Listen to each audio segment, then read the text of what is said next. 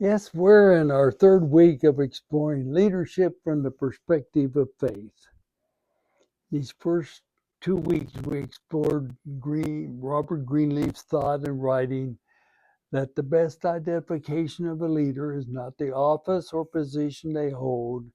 His observation was that a leader is one who has followers. Office holders have functions for which they're responsible. Whether they are leaders is determined by whether or not they exercise, the assigned uh, functions. That leaders are valuable. They fulfill functions. When they faithfully fulfill their assumed responsibilities, they're valuable employees, or in faith communities, valuable volunteers.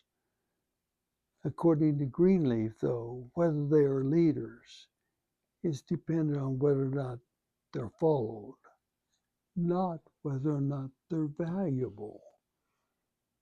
Persons are valuable fulfilling functions, but it's a different dynamic when they are followed.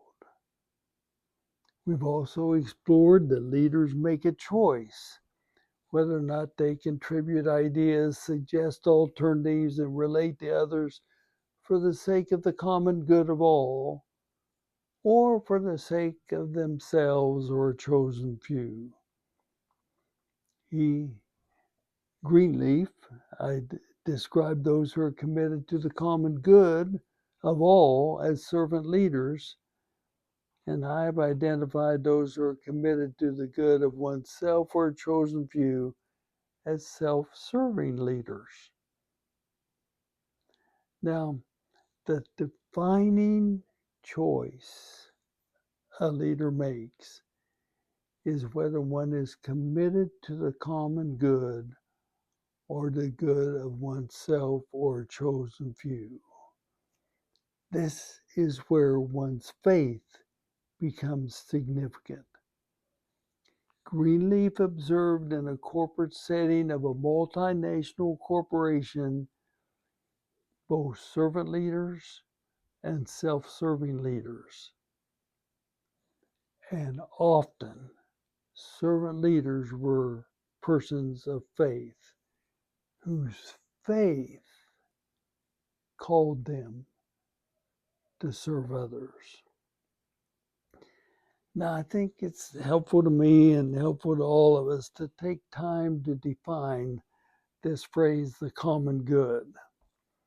From the perspective of those of us who follow Jesus, Jesus in his life and teaching often referred to what is translated as the kingdom of God.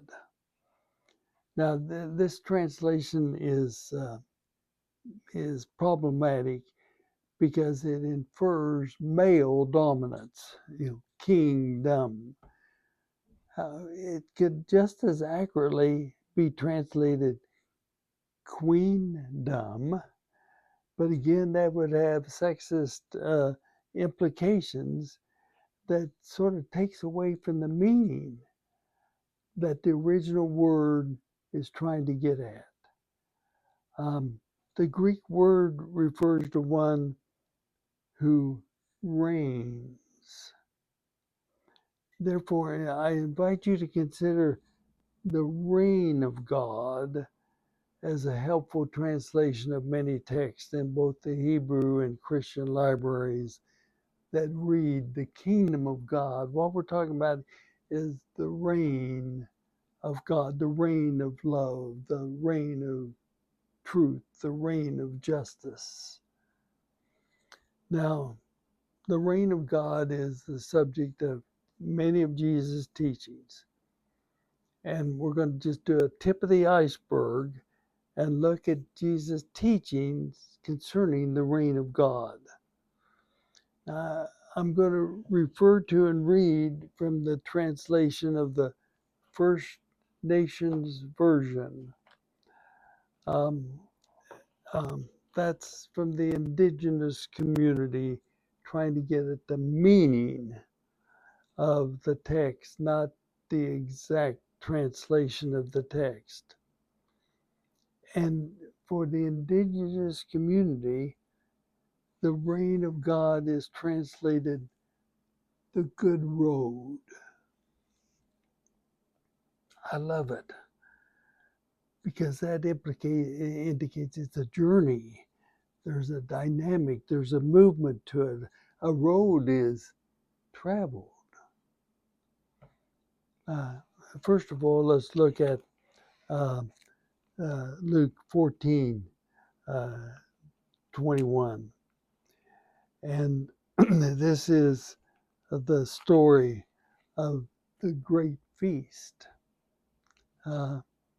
You know the story. They had a feast and they invited people, and people had a lot of excuses. They must try out the horses. They must go home and tend to the new field. I cannot come. I've just been married. And the messenger came back with that response of people. And he said, I've done what you said, but there's room for a lot more. And so the host of the feast said, go out to the mountain trails. Look behind all the bushes. Urge them to come so that my house may be filled with people. None of those who I invited and rejected will taste of the feast. The teaching is clear. Under the reign of God, under the road, all are invited. All are welcome. Then we look at Luke 13, and the title of this paragraph in the indigenous translation is the good word, the good road. Again, instead of the kingdom of God, it's called the good road. And what is the Creator's good road like? What can I compare it to? Jesus responded, it's like a man who planted a garden with a single grain of mustard seed, where it grew into a great tree large enough for the winged ones who soar in the sky to find lodging in its branches. Again, think of the Creator's good road, like the yeast a grandmother uses when she makes fry bread dough. She mixes a little yeast into that large amount of flour, then the yeast spreads throughout all the dough. That's the good road. It's not measured by size. Could even be a school bus driver. But the invisible ingredient of love in human relationships is the yeast that is always present in the good road. And then again from Luke 17, again the title of the paragraph is The Good Road Has Come. Another time the Pharisees asked him, when will we see the land of the Creator's good road? Jesus said to them, Creator's good road is not what you expect. It does not come with the outward signs you're looking for. You will need new eyes to see it. No one will say, here it is, I found it, or look, it's over there.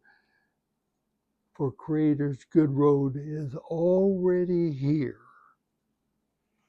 in me as I walk among you. You see, the reign of God is always the present tense, not just in the past or a hope-filled future. To be sure, the good road is less traveled, but very well marked, for every step of the journey is marked by serving others rather than oneself or a chosen few. You see, from the perspective of faith, the common good is the road of serving others. The good road is one in which all are invited to travel. It's not measured by the size of the seed. It's not measured by what is always seen. It's measured by that invisible presence of the yeast of love. And it's not only in the past or maybe in the future, but it is here and now. This is the description of the definitive choice that leaders make to serve the common good. They are on the road under the reign of God, not to serve oneself or serve the chosen few, but the core of leadership from the perspective of faith is servant leaders who make the defining choice every step of the way to serve others rather than self. You know, to serve oneself or a chosen few is the road most traveled.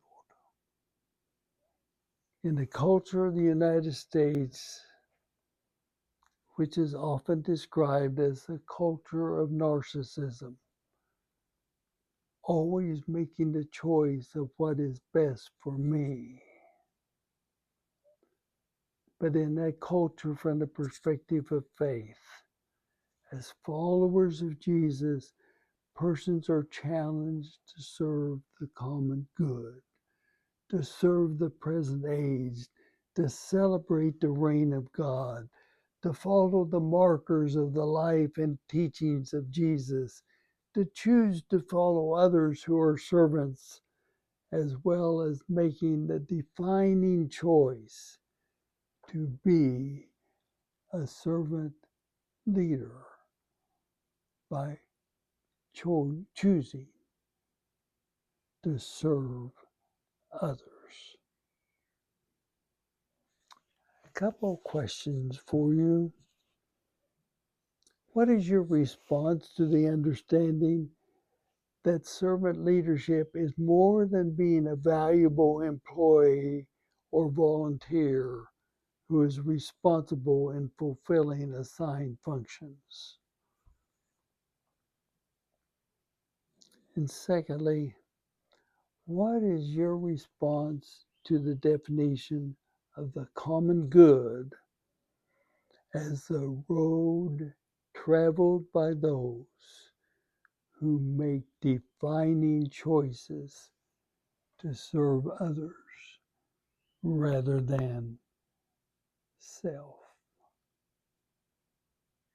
Thank you for being on the journey with us of digging deeper into what it means to be a leader from the perspective of faith.